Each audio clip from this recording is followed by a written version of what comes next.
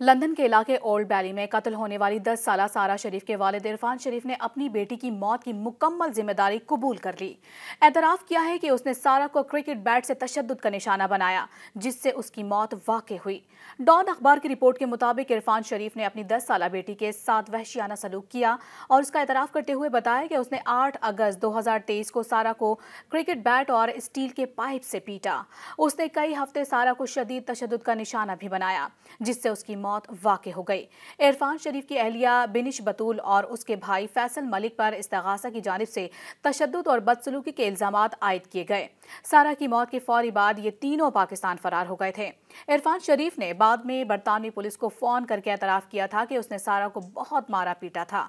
तीनों मुल्ज़िमान को पाकिस्तान में 1 माह गुजारने के बाद दुबई से गिरफ्तार किया गया था, जिसके बाद उन्हें बरतानिया की अदालत में पेश किया गया था।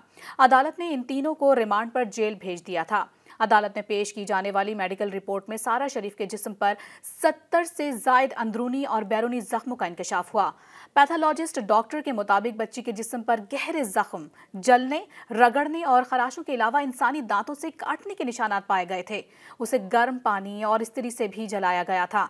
सारा शरीफ की लाश गुज़िश्ता साल 10 अगस्त को बरतानिया में वॉकिंग के इलाके में एक घर से मिली थी। इस्तिगासा के मुताबिक पुलिस मौके पर पहुंची तो उस वक्त सारा की लाश के आगे इरफान शरीफ का लिखा हुआ एक खत भी मौजूद था, जिसमें उसने कत्ल का एतराफ़ किया था। खत में लिखा था कि मैं इरफान शरीफ हूं, जिसने अपनी बेटी को मार मार कर कत्ल किया।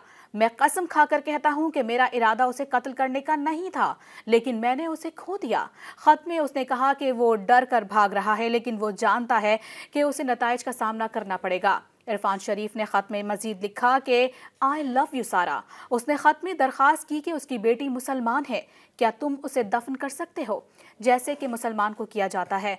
मैं पोस्टमार्टम मुकम्मल करने से पहले वापस आ जाऊंगा। मज़ीद न्यूज़ अपडेट्स और डिजिटल स्टोरीज के लिए सब्सक्राइब करें डॉन न्यूज़ पाकिस्तान।